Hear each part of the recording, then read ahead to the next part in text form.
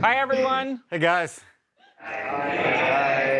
I'm Anthony. I'm excited to have you join our Skype-A-Thon that's going on around the world. I've been excited. I actually just came from a classroom of students in India. So I've been traveling around the world. We've been to about 6 or 7 countries. Mike, do you have the map already? Yep. So Here we go.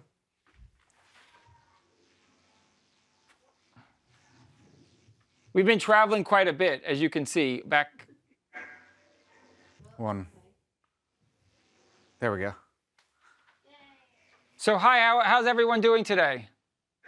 Great. Thanks for being part of this journey. It's an amazing experience thus far. I'm looking forward to hearing questions from you, having a dialogue, and maybe even sharing some insights about your experiences with technology. On that note, one of the things I've been doing in all the classrooms I've been visiting is asking a question of the students to ask the next group of students that's coming up. And the students in India want to know, are there examples that you have in your school of game-based learning that you're incredibly excited about or experiencing in your classrooms? Well, we've been using Kodu Game Labs in our school for creating games.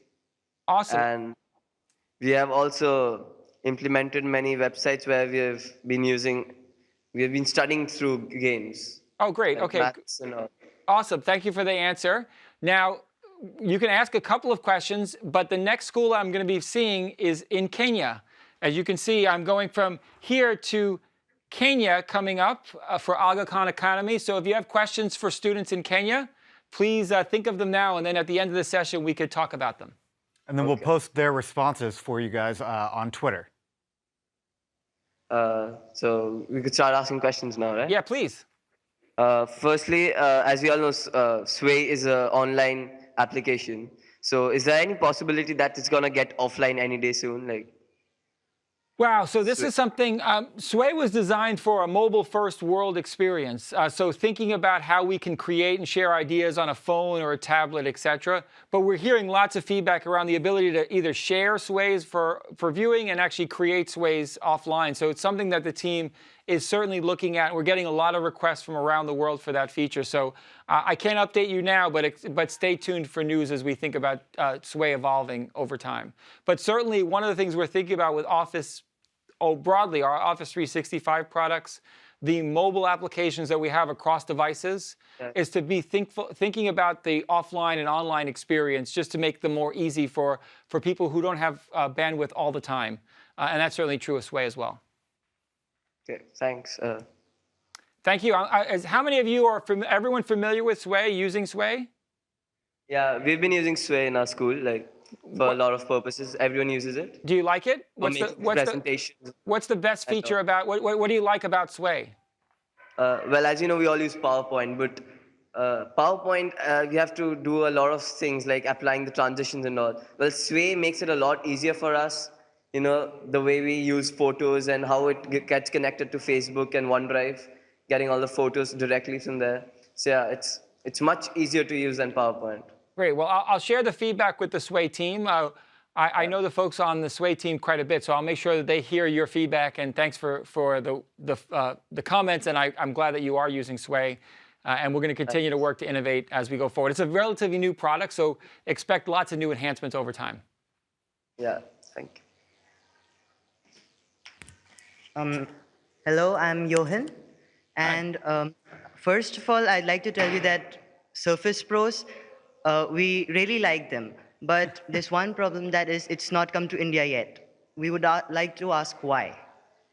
Wow. Okay. Well, certainly there's a lot of interest, and certainly we're excited about Surface Pro. I have this is my daily work machine. Oops, sorry.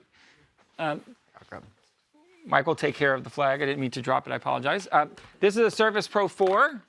This is my work machine, and I love it because I get a chance to carry it for meetings. I often will use the stylus to take notes, draw pictures, etc.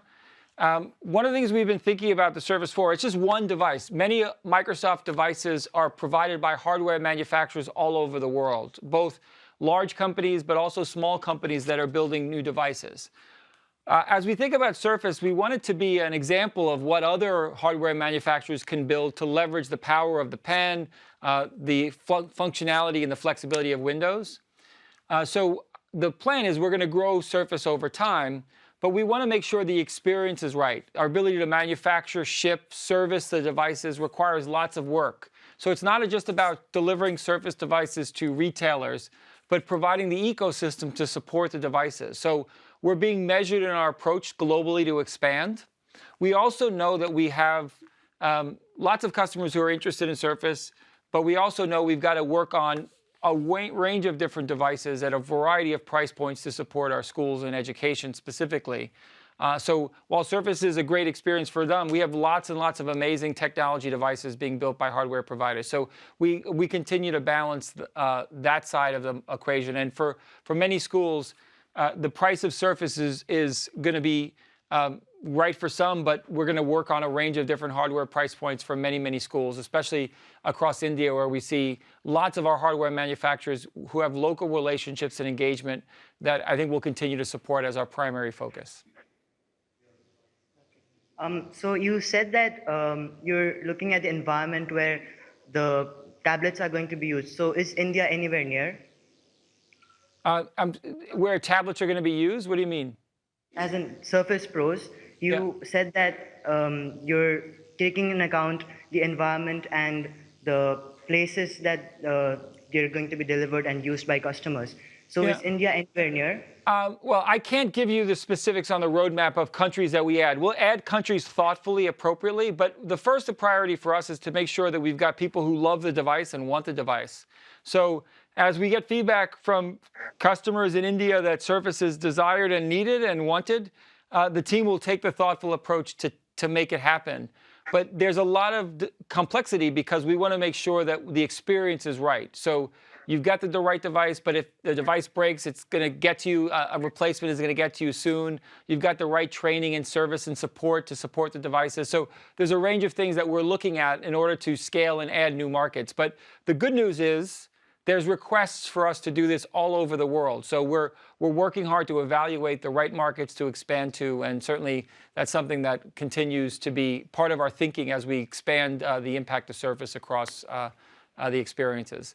But that said, very few schools have Surface devices. Lots of them are using a range of different devices from our hardware providers, and I think that's where we're still focused primarily across education. Thank you so much. Thank you. Mike, these are tough questions. I'm going to have to give you one as well. They are. Hi, I am Mayank, and I would like to ask, what would you prefer, Siri or Cortana, and why? Well, I have to say I use both to some extent, but the number one thing I love about Cortana is the predictive analytics that happen with Cortana. Cortana is looking at my calendar and giving me insight of when I should leave for a meeting proactively. And I love that about Cortana. But the thing that I love is the way Cortana is working across our products more naturally. So Edge, for those of you who use Windows 10, the Edge browser has Cortana functionality inside of it. So you can right-click or highlight a word and ask Cortana about the word and provide context and other links that relate to that subject, which I love. Is anyone familiar with Office, the new version of Office, either on the mobile apps, the universal apps in Windows, or Office 2016? Yes, we are, but Cortana isn't available in India. Oh, okay. Well, that's something that I didn't know. Indian network.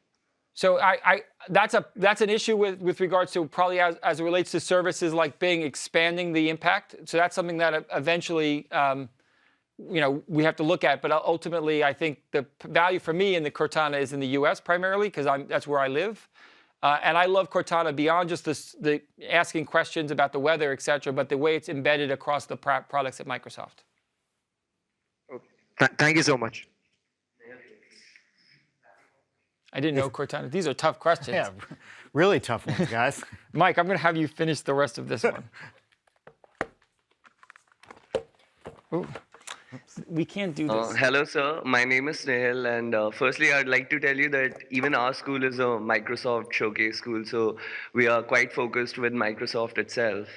And now my question to you, sir, is that it's related to the Xbox.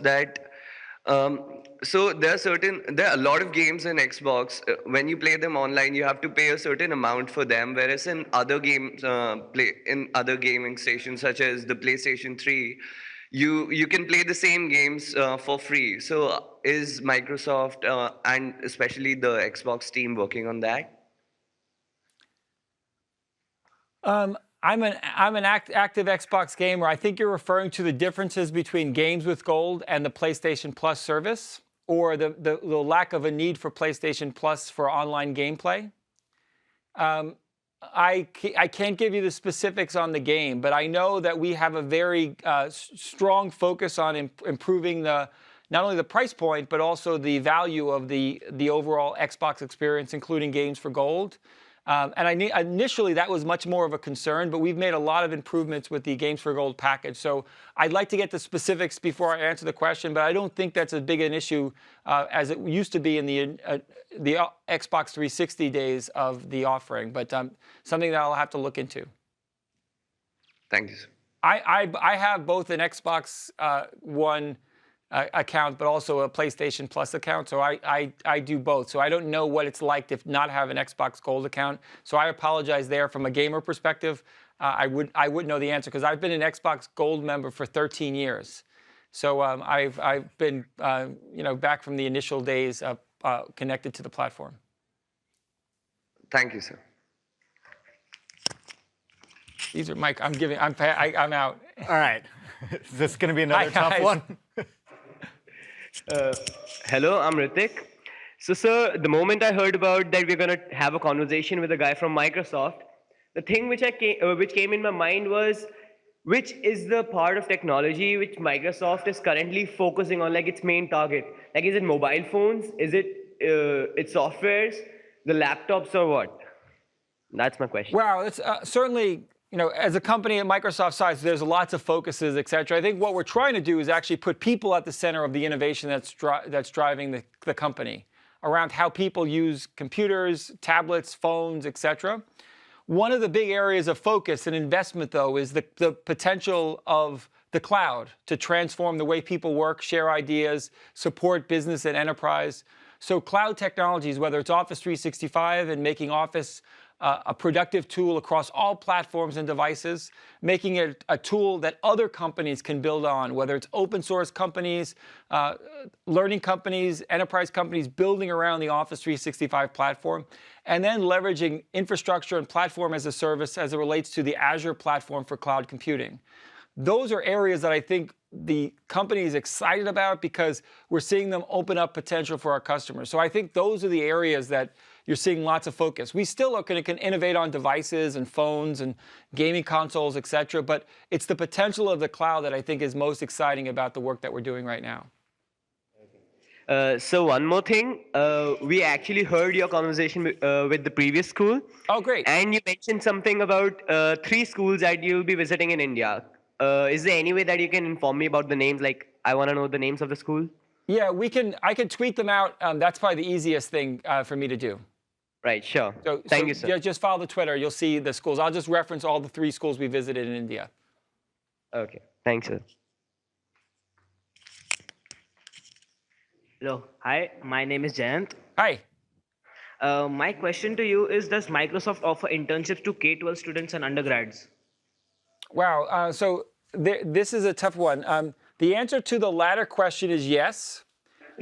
And certainly the former question is possibly or maybe. Some countries have had high school interns involved with projects in their country. There is also an opportunity to get involved as the student ambassador program. So there's a student who works for me, who just sits outside the office for me, who looks after our student ambassador program. This actually was a program started by students. And it actually started the last time I did a 24-hour Skype, which was about 3 years ago for the Windows 8 launch. And one of the students in the school had been supported in a Microsoft Showcase school by a Microsoft Innovative Educator. And she said, well, I want to be part of this as well. So she started to connect with other schools that were part of the Skype-A-Thon that we did a few years ago, and asked the students if they wanted to form a student ambassador club with Microsoft. And so we actually are working to have this student, who's a junior in high school, build up the student ambassador opportunities from around the world. But we're going to leverage that locally, where we're going to have someone in India be responsible for the India Student Ambassador Program and work with the Microsoft local team in India to support the community of students engaging. So those opportunities could open up more for non-college or university students for connection. But the latter is we do internships for undergrads, certainly across Microsoft. And we actually, I'm very active with taking students as interns on my own team that we can eventually either hire for future or provide an opportunity for them to get a great opportunity to learn and help us as it relates to understanding the dynamics and needs of learners and students in current university classrooms. So that's something that we do a lot across the company. I actually started myself when I was a student as an intern at Microsoft. So when my career started when I was in university working in Microsoft part-time, actually. Thank you, sir. So actually, we are also a Microsoft Showcase School, and we are also part of the Student Ambassador Program. Two students are going to Delhi for that thing. Okay, okay. So is that, are we in the internship part, or it's just like something else? Are we getting an opportunity to become an intern in that process? Yeah, so we're working through, there's a little bit of work going on because the student ambassador lead who works for me, we're working to build up the program. And the thinking we'll build is we'll identify some markets where the local team will support us to build up the local presence of the student ambassador program. And then there'll be opportunities to go to our global events and come to Redmond, Microsoft campus to learn and give us feedback, et cetera. But we're going to not be able to do it globally up front. So there's probably a few lead countries. The good news is I've had a chance to speak with our education lead in India, and he's very interested in scaling it across India. So that's something that we'll probably have India on the short list of countries we add going forward to have a local community of student ambassadors that we support and develop. Okay, right. Thanks. Hi, my question is like, why isn't Oculus working for more games? Like it only have 5 to 6 games, Oculus. Why isn't the Oculus team working on it? So you're talking about Oculus. Oculus is not a Microsoft product. So this is something that is obviously still in development. And we're very focused on looking at the augmented reality space and virtual reality space, but it's still early to say. But the community of programmers are going to be embracing these new technologies. And as they come to markets and user appeal is coming, I certainly will see that changing, but it's still early in the development cycle for a lot of these technologies. So when will we be able to buy the HoloLens, Microsoft HoloLens? Well, the first stage for us is to actually get the developer kits in the hands of programmers to build software experiences, et cetera. And that journey will give us feedback, and depending on how that goes and the path to getting the new experiences there will determine when the product is actually coming to market. But I'm excited about the first phase, which will happen in the next few months. So you showed my HoloLens last year. You demonstrated it last year in July. So like in how many years it will be launched in India? We're not talking about US. Yeah, I think one of the things we're trying to do with a lot of these advanced technologies is just continue to push for the future, continue to show innovations. And one of the things we decided to do when we showed HoloLens initially was just give a glimpse of what we're working on. And so the team is hard at work, but one of the things we want to do with all the technology that we make is not just put something to the market that is not both thoughtful, but also making it available in many, many markets. So we want to make sure that we're ready to go. And I think I can't share more about it because there's still a lot of work to do, but I know the teams are working hard to make the possibilities and the potential of technology come to fruition. Thank you. Thank you. Boy, these are tough. Mike picked the right one to join. Yeah. Hello, I'm Ishan. Hi. And my question is Python a good language to learn at school level, and does Microsoft put it in use? I also use tutorial of Python offered by Microsoft. So Yeah, So one of the things that I can share insight is we actually have been working with the UK on a project called Microbit. And so this is the Microbit, and it's just a computer chip with an accelerometer, a compass, a Bluetooth connection. There's actually an LED panel that can be programmed and buttons. And this device is actually, we've built curriculum that uses block editor, touch develop, and there's also a Python language that's available as well to program against this chip. But online, there's curriculum. If you just do a search on Microbit or BBC Microbit, you can find information, and there's actually tutorials and coding examples that can be used by educators, teachers, and students to program. And even if you don't have the chip, you can simulate the chip that you're programming online. But we're thinking about providing more and more tools for students, whether it's visual editing at very early ages, game-based type of work even earlier, but then building a progression across the development language overall. We know that there's lots of different development languages that we have to support, and supporting all the mobile devices that exist, but we're trying to work to get these tools exposed to students all around the world. So that's something that we're doing a lot of, and you'll see more and more focus for us on computer science in classrooms because, frankly, the world needs it because of the jobs that are open in many, many countries around the world, including India, in this field. Okay, thank you, sir. Thank you. Is this Microbit similar to Raspberry Pi? Yeah, exactly. It's very similar. The point of this is Microsoft research and work with the BBC and the company that manufactures these to spec this device so we could scale it out. Every 7th grade student in the BBC will get one of these. And there's a curriculum that's been designed to support this in the classroom. Okay, thanks.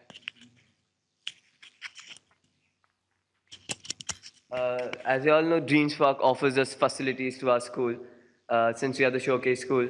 So these facilities are offered in the school, but as we are a boarding school, do we have the authority to use the same in our home, like install this applications at our home?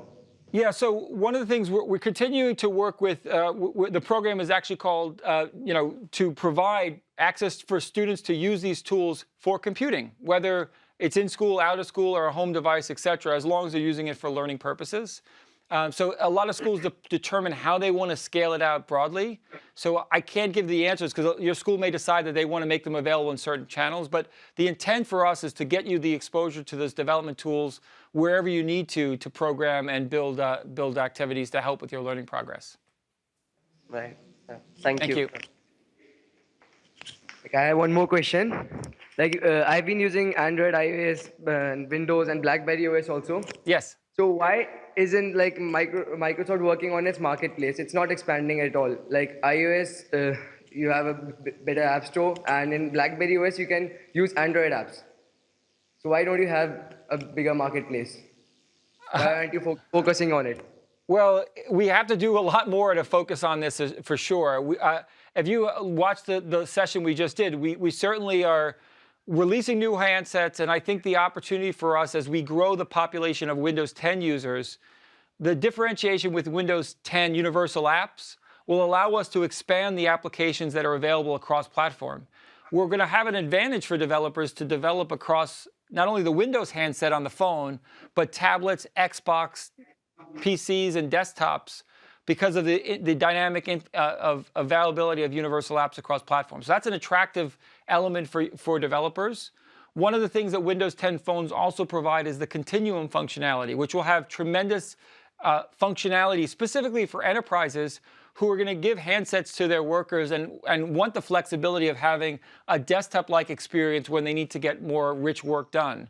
So there's some differentiated focus, and our point of view right now is to build experiences that the world needs, where we can innovate, where we can bring our productivity experiences to this. But we also want to support those other handsets and the population of users that are using Android devices and iOS devices with great cloud experiences and software experiences as well. So you're going to continue to see us innovate on the phone and really build mindshare on the phone. But the way in which we're going to get the applications and the ecosystem support is actually embracing a differentiated strategy across the range of devices that support Windows. And I think that adds not only a value to consumers, but really a differentiated story to developers who can develop for one platform, and a platform like Windows with a huge user base on the desktop, and then expose that application to a phone, which may have a smaller user base, but it actually is the same development experience across the environment. I think that's going to be a great benefit I think we'll see in the marketplace. Okay, I have one more question. Like, why aren't you working on the smart glass app that is that is in many platforms? Like it says that it's a controller for your Xbox, but why can't you play games using your iOS device or Android device? It's just you can browse and you have the keyboard. It's not a full controller. Like you can add many features to it. Yeah, I think that's a decision that we've made around Smart Glass to use it to navigate the experience. The games, we work with the ecosystem of programmers around the Xbox controller on the ecosystem, and the Smart Glass is a companion device, not a full gaming replacement. Everyone who has an Xbox is going to have a controller, and most of the experiences are built around, all the experiences are built around that controller. If you start to make Smart Glass an option for even player number 2 or 3, then you have to reduce the kind of environment that programmers are playing for. And so that's the challenge. I think one of the things we're trying to do with the ecosystem on console is make it convenient for programmers to build around. The Smart Glass application is designed to augment the experience or support the experience, but from a gameplay environment, you want that richness of the controller. And certainly the gamers playing Xbox have given us feedback that the rich controller environment is one of the best things about it, as opposed to embracing a lot of these other form factors. So I think we'll continue to get feedback on Smart Glass, but I think the design of the product is actually to be a companion tool for your Xbox experience and not actually a controlling device. Okay, thank you. Thank you. Hi, I'm Sanjay this side. My question was, what is your main objective of the Skype-A-Thon, and how many have you done so far? So I think, Mike, you'll know, how many have we done so far? This is our 10th one. So I personally, this is my 10th Skype-A-Thon, and we'll have about 30, 35. Yeah. So 35 in the 24 hours that I'll be participating. We've already done like 330,000 miles beyond what I'm doing, because classrooms all over the world are connecting. And I think the reason why we're doing this is because there's tremendous opportunity to learn from others, learning from classrooms and educators and experts all over the world. So what we're trying to do is share that and really shine a light on these amazing tools that teachers can use to open up the world to their students. So we're hoping to energize educators, schools, classrooms to connect with each other, to share experiences. And this learning will live long after the Skype-A-Thon is over, and hopefully we grow a community of people who understand the power of learning and learning without borders more broadly, and then leverage Skype as a tool that they can use in their classroom going forward. So we're hoping to not only celebrate that excitement, but really create a platform for educators who are going to try this going forward. And maybe teachers who are on the Skype-A-Thon today learned about it from the promotion that we're doing today, but after they get exposed to it once, they're going to keep using it as a tool to help expand the world for students. And we see amazing not only experiences being shared, but projects being shared where students are working with others to share and solve problems in the world. So I'm excited about that. And we're going to learn a lot throughout the journey as well. And I'm expecting to continue to learn about how technology is being used in classrooms all over the world. So I think those are many reasons why we're doing it. And so far, the feedback has been tremendous from teachers and students learning and sharing and getting inspired by the journey thus far. So how did you arrive to the name of Skype-A-Thon? Mike is the creative genius, so I'll have Mike. No, we were trying to think of, what would be a name that we could use universally around the globe that would kind of encapsulate and make everybody want to participate in the 48-hour event. And I think one of the things you think about Skype-A-Thon, it's sort of synonymous with a telethon. The clock here is very much like a telethon, where as opposed to tracking dollars or donations, we're actually tracking miles traveled around the world. So we're still trying to motivate it by the experience. So that's kind of where Skype-A-Thon comes from. So which is the next country you're visiting? Kenya. Okay, thank you. And, hey, you guys, speaking of Kenya, are there any questions that you'd like us to ask them when we meet with them next? Yes, so before we wrap up and give you the last question, I have just one more question for you. So, sir, we all know that the Xbox Connect was released some 3-4 years back, and now what I would like to ask you that what's Microsoft's next move in terms of the aspect of motion gaming? Well, this is not an area that I focus on too much, so I have to give you a pass on that answer. I know we're continuing to innovate with Connect and Connect experiences, but there's lots of stuff that we're looking at as it relates to the next generation. There's an expanded focus on Windows and the devices space inside Microsoft, so some reorganization that happened to enable those experiences to be beyond the console and across devices. So I think the way which you'll think about motion gaming is just going to be not just the Xbox experience, but actually the way in which we think about Windows and even phone going forward. So, sir, is it a surprise or a secret? I don't think it's either. Which is a surprise or a secret? Like, what's happening? The coming up with the next. I would say that I can't even answer because I don't know. So it's certainly a surprise or secret for me.